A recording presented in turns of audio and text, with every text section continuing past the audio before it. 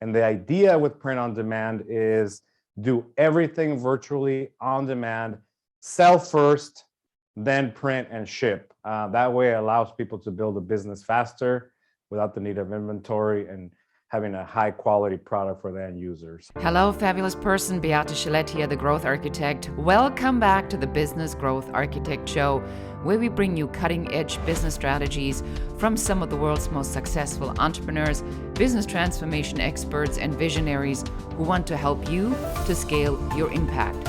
Look for one tangible strategy that you can take back and implement right away. And now back to our guest. Hello, everyone. This is your host, Beate Gillette, the Growth Architect, and welcome to another episode of the Business Growth Architect Show. Today, we're going to talk to Victor Peña, who has a big operation behind him and does a lot of really interesting things. So, Victor, thank you so much for being here, and tell everybody, who are you? Hi, thank you, Beate. Thank you for having me here. You know, my main goal is to empower business owners globally to thrive with print on demand and e-commerce, so whatever I can do to bring value to business owners out there and inspiring entrepreneurs, then that's what I'm here to do. So, we're here at beautiful, gloomy Southern California this time of year, but that's where our main headquarters is, in California, in Orange County and Irvine. And, at OmniPrint, we're a manufacturer that helps people all over the world use print on demand to print their merchandise, apparel, t-shirts, hoodies, that kind of stuff. Just picture, anybody that has an Etsy store or a Shopify store, and they're printing, it's wine o'clock shirts and all sorts of different types of apparel and merchandise. A lot of them are using our equipment, our software, our inks to be able to empower them to win. And the idea with print on demand is do everything virtually on demand, sell first, then print and ship. That way it allows people to build a business faster without the need of inventory and having a high quality product for the end user. So that's kind of my main business, and that's what we're here to do. I love that. And I'm going to ask sort of an off-scripted question here, because I get that a lot. And I don't know if you get that a lot, but you just mentioned it. Is it not unethical to sell something you don't even have? What's the idea behind that? Oh, let me tell you something. The most unethical thing that you can do is not sell. Right? Not sell. Why? Because, you have something that's going to give value to others in the marketplace. And if your belief is there that you're giving value, then, it's in the best interest of your clients that you actually help them through the process of buying your product, right? And the idea is not that you don't have it, right, when it comes to on demand, because most of our customers have the equipment there. And as soon as their order pops up, they grab the blank, they print the image, and they ship it, right? So all of our customers are tuned up like that. What they don't have is a ton of inventory that's just sitting there losing money, that they don't know if it's going to sell, right? So that's the idea and the concept with on demand is that you're only shipping what you sell, and normally the shipping is fast for all of our customers. I love that. I get this all the time, where I have people that say, how can you sell this if you haven't even created it? I'm like, well, if somebody gives me $20,000, you bet I'm going to be creating it on the spot, because the incentive is right there.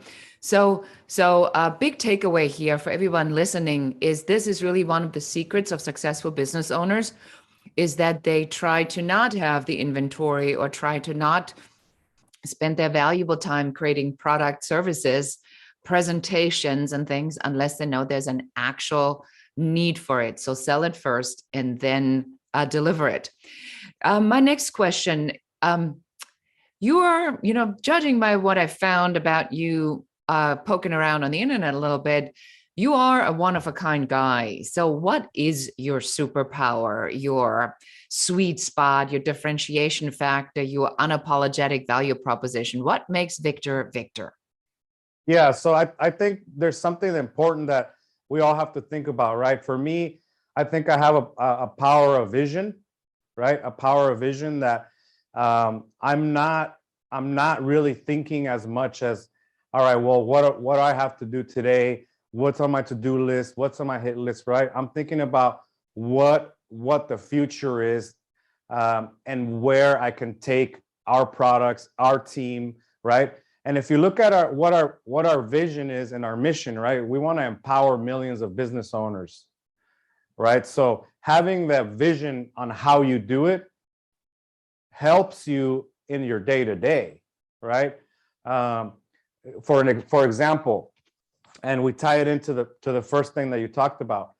The first machine that I ever sold was not even there when the customer paid for it, right? So I sold the machine.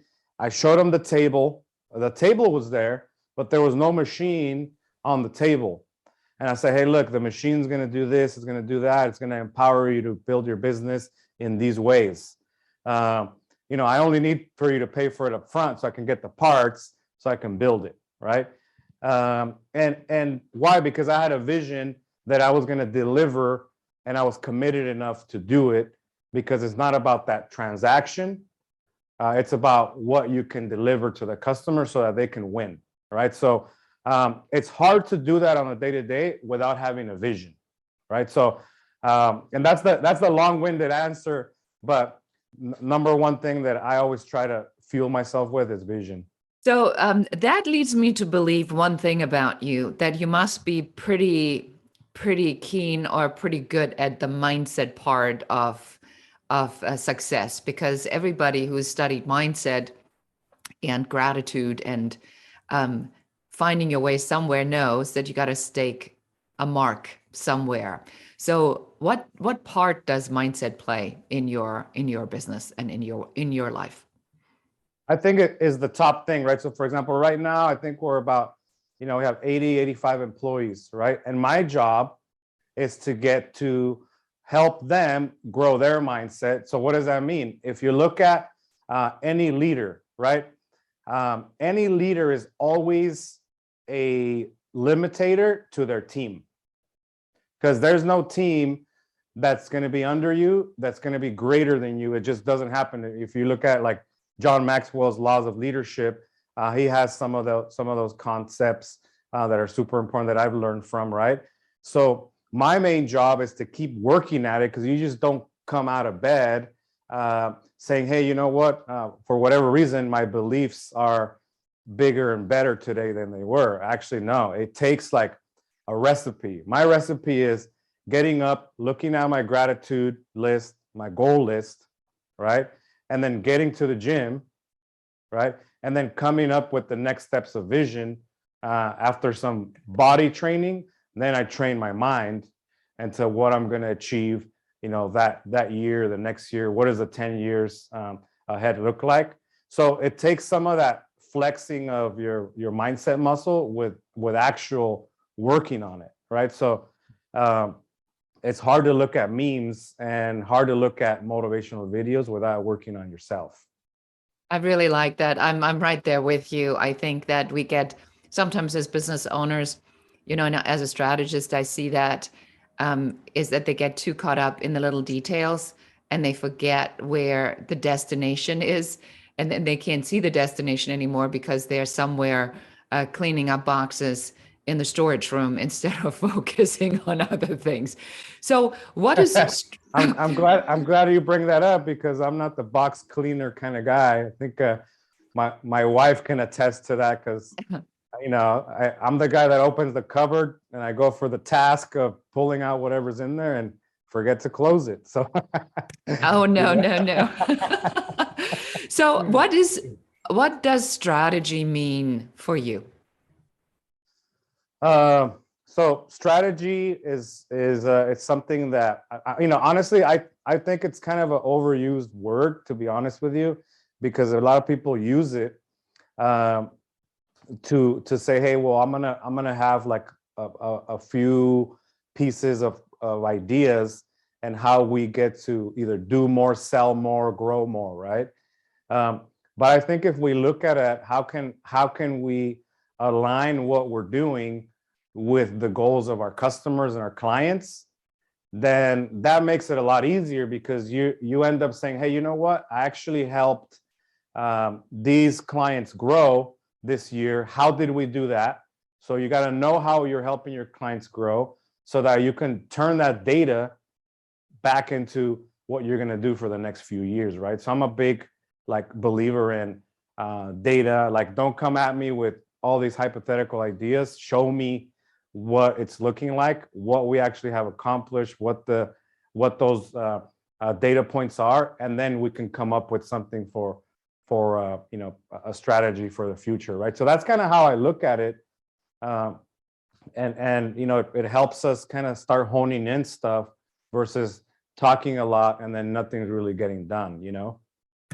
So you're saying that in order for you to devise a strategy, you want data points that support ideas to create a strategy, but the strategy without backup to you is meaningless, if I'm hearing you Yeah, right. yeah, exactly. And plus, it all has to go down to what we're actually all here doing, right? And what does that mean? At the beginning, you're like, okay, well, what is my vision, right? My vision is to not go bankrupt, to be able to eat, you know, to be able to like not fail payroll. Those are the initial, like, your mission, right? And then you're like, well, after that, then what are we here to do? Now we're here every single day. We all show up to help our customers grow. So that means that if you're devising a strategy that doesn't include that fundamental step, that fundamental part of the plan, then it gets more difficult, because what do you end up doing? You end up saying, hey, how many sales do we need next year to reach our revenue goal? Instead of saying, hey, how many creators out there are we going to make rich, and how are we going to make millionaires, so that we can achieve our goals together, right? So it's a different way of looking at it. It's interesting that you say that, Victor, because that's like one of the things when I devise strategies or growth plans that I look at first, is like, what is the big vision of you? What do you try to accomplish? Because it's not about making sales. It's about impacting lives by the services that we provide. And a lot of people are confusing the one with the other. So going back to strategy, what is your favorite strategy? So my top favorite strategy, right, has always been traditionally sales cures all, right? Sales cures all. What does that mean? It means that sometimes we get into a mindset, or we get into a rut where you're not focused on the main thing, and then you start measuring vanity stuff, which then doesn't help you get to your mission to help your clients, right? So for example, once remember, once you have your vision ready and you know that you're helping your clients, then guess what? Now you got to say sales cures all. And if you don't have a selling system to reliably do that on a daily basis, then you know you can work on that, right? You could say, okay, well, if my sales are like wishy-washy, up and down all the time, and I don't know what those levers are that keeps them going in the right direction, then now you know, okay, well, am I doing the right marketing to get the right flow of my ideal customer in our pipeline? Are my team members trained properly to deliver the value to make those orders, right? And then that way, you know, you have a key component of running a successful business is top line revenue, right? And not a lot of people talk about that because it's, you know, it's I guess more of a, hey, why are we talking about selling? But the reality is, and I started this from zero, the reality is you cannot move up and inspire your employees, inspire your customers, if you don't have a healthy business that's selling, that has selling as a priority, right? And so that's like a top thing in my mind all the time. I love that. So what would you say to somebody that says, oh, so you're talking about a funnel? Yeah, I mean, He laughs. Victor laughs. yeah.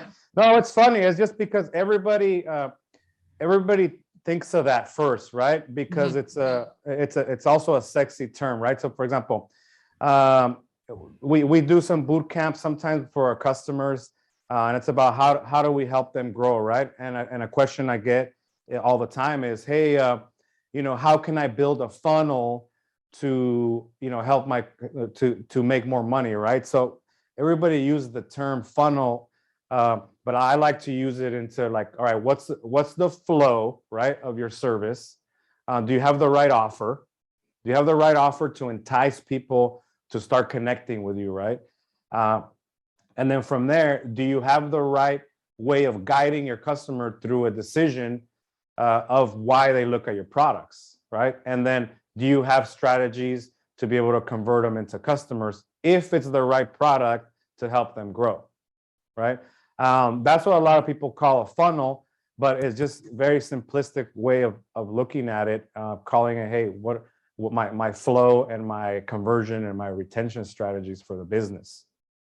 I agree with you. I think that the term funnel is also, if I'm really honest about it, Victor, a little bit abused by internet marketers that are terrorizing you with these click-through rates and open rates and conversion rates. And while that there's a place and a time for that, I think that at the end of the day, what you said is that if you focus on your client and the behavior of your client, and then you create the flow, also known as some sort of a funnel, so that your client feels that they are going on a journey with you until they're being led to the decision, it's kind of a lot easier. How many of these different sales flow strategies, if I would call them that way, do you have? Do you have more than one? Yeah, so we have several ways. For example, we have education, right? We have our YouTube channel where we're like dropping so much value there for people, so it gets them plugged into the brand. We also have like live events that we do, like trade shows is another pillar of how we get attention. We have all sorts of social media out there. On top of that, our big, marketing list, and probably hundreds of landing pages out there for people, giving them free stuff, free ways of learning and growing their business. And if our product seems to be the next step for them, then we have ways to, have them talk to a specialist here, and then they actually coach them on what they're trying to do. Our first question in our for all of our specialists here is tell me about your business, right? Tell me about your business and tell me about your goals. It's not like, let me share with you features and benefits of our equipment. We don't even discuss that at the beginning. This is really brilliant, because I think that is such an important part of this interview. And I want you all to really, really listen to what Victor just shared with you. Yes, it's important that you got your product down, that you know what you're doing. But really, the majority of your time, especially as you're building your business or you want to get to consistent sales results, is all about making sure that you have these actions in place that create these streams of interested people coming to you, prospects that are knocking on the door and looking, and then making sure that you got what they need and places and things in place. I think that one of the big differentiation factors, Victor, of what you do at OmniPrint really is the educational piece that you are adding. Was that something that you had, because we really always talk strategy here. Was that something that you had in mind when you started, or was this something that you came up with as you wanted to grow your business and there was this aha moment where you said, I got to help these people? Yeah, so that's a super important question, right? And I'll tell you how I did it. So we're playing in a game where the companies that are here are hundreds of years old, right? Unlimited marketing budgets, unlimited everything budgets, right? And at the beginning, I didn't want to be in the forefront. As a matter of fact, like, all my stuff was private. I had two followers. One was my mom, and the other one was my wife. And I liked it like that, right? But the reality is, if I was to, and this is after reading a great book that everybody has to read it, Blue Ocean Strategy. All right. What can you do different that can have somebody connect to you in your story that you can go hard on, that the competition is not even there, right? Our competition is not on education. They're not on social media. They're not on YouTube. They don't even know what to post yet. They don't have a strategy for it because it's a corporate environment. It's about how can we be more silent versus how can we help our entrepreneurs, right? So I made a clear decision that I was going to get more attention than anyone else, and that we were going to do more content than anyone else, and that was going to drive our sales. And at least at the very minimum, it was going to help those people out there start thinking of how they can grow their business, right? So it's something that I came up with right after reading that book, because the question I asked myself is, what can I implement that's different, that will be really, really hard for these guys to even try, So well, that's your competition talks about the quality of the ink and the number of machines that they have and how much output that they can make. That's what they're talking about, and right. how clean the facilities are, and how promptly that they ship. And this is something that, in growth architecture, I mean, I got news for you. If you have to tell your customers that you use good ink, you should not be in business. If you need to tell your customers that you have the machines, you should not be in business. I expect that from you. It's that extra thing that makes me want to be with you, your genuine desire to support me as a business owner and to give me more than just good ink, because I don't have any idea what I'm doing. I'm just having this idea of this cute t-shirt. So I love that you say that, because sometimes I think these actions or strategies are a little counterintuitive, because why would you be spending all this money on all of that stuff if how do you even connect that? And I think it's very critical that you said that and shared that with our audience, that you made a conscious decision because you read something and you knew this was your differentiation factor. So so this is the thing. The reality is, having the best products. My background's engineering, right? So I already knew how to have the best products, right? That's like, for me, that's a no-brainer. That's par for the course. We have product of the year for the last 5 years, all right? And that's competing with these guys. We have the best ink that we make here in California that prints on, even fabrics that their stuff can't print on, right? So why didn't I decide to use any of that? Because that stuff we have to do, right? It's already done. Even as a new player in the industry, you should show up with bigger, better, faster product, right? So that your customers can win. Now, on top of that, what are you willing to do on top of that? That's the question that you got to ask yourself. That's amazing. That's a really great a great line. What are you going to do beyond what you normally do to be excellent in your business? The going way further. A quick shift into a personal question. Yeah. How important is family to you? You said that your first two followers were your wife and your mom. So what part does that play in how you do business?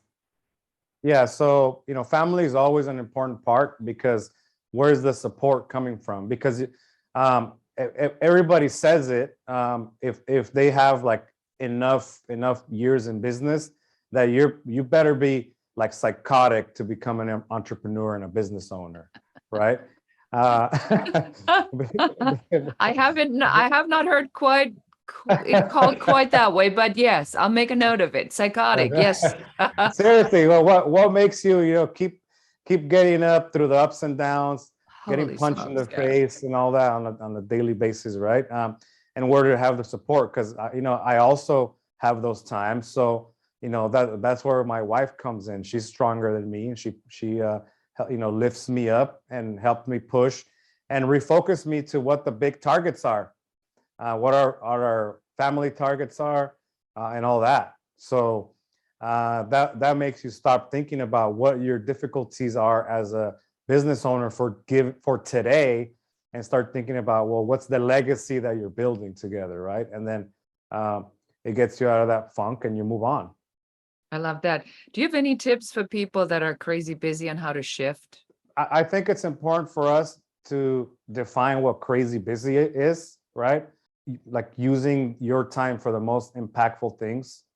And that's something that I've worked on myself, right?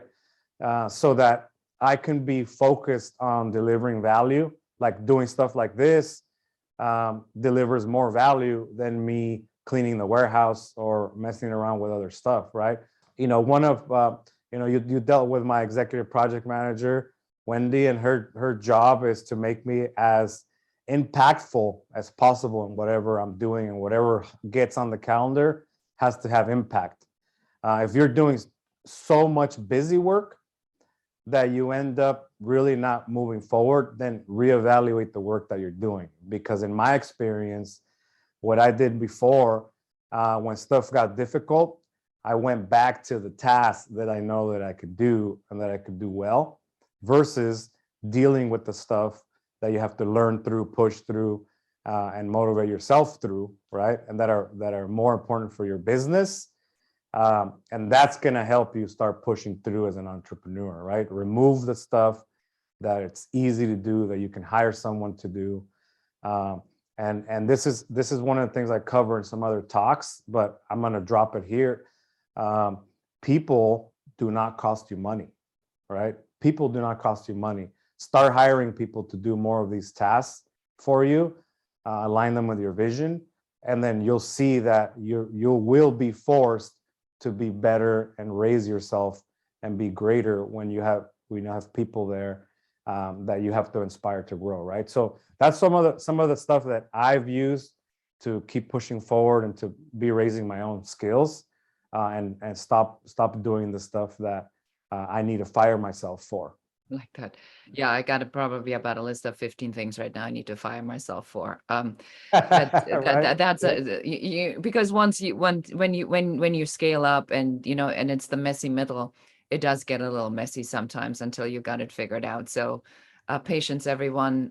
It is just listen to people like Victor and follow his advice, and it'll be okay. But business is cyclical. Sometimes you just are in the with your hands dirty on your knees, trying to figure out how to get it all organized, but get rid of as much stuff as you possibly can that ties up your time, because you need to do what you're best at, which is run the shop. Victor, this has been really amazing. So how can we find you, and how can our audience, perhaps those who want to look into using their own designs and print on demand, how can they find you? Where can we follow you? Yeah, definitely. We have a lot of content at OmniPrint International everywhere: YouTube, Instagram, LinkedIn. You can find us there. Me, I'm more active on my, I'm pretty much on every platform, posting all day on my Instagram, Victor_H_Peña. And, a lot of tips that I'm using on a daily basis, you can see them there. I'm fairly transparent with what I do on a daily basis to help people grow, and to have my entrepreneur family know what are these daily things that you have to do to grow your business, right? So also, omniprintonline.com, if you guys want to get a free demo of how our machines can help you grow, you can ask for one there. But yeah, super good to be here. Make sure you guys connect with me, and plug in. Thank you so much. And we make sure that all of this information is also in the show notes. You've been an amazing guest. I appreciate you sharing openly and not holding anything back, and in just such a great conversational matter on what matters to you. So thank you so much for being here. Thank you, Beate, for having me here. It's a real pleasure. And that's it for today. Thank you so much for watching the Business Growth Architect Show. This is your host, Beate Gillette. And that's it for us today. Thank you for listening and watching the Business Growth Architect Show. I enjoyed having you here. And for accountability, just take one of the strategies that you have heard, one thing that you can implement in your business immediately. Please leave comments. Don't forget to like and share this show. And if you have any questions about business, please put them in the comments. We are here for you. We're here to support you and help you to grow, build, and scale your own business. For more advice, please check out our website in the show notes below. Thank you again. This is Beate Gillette, the Growth Architect, and goodbye.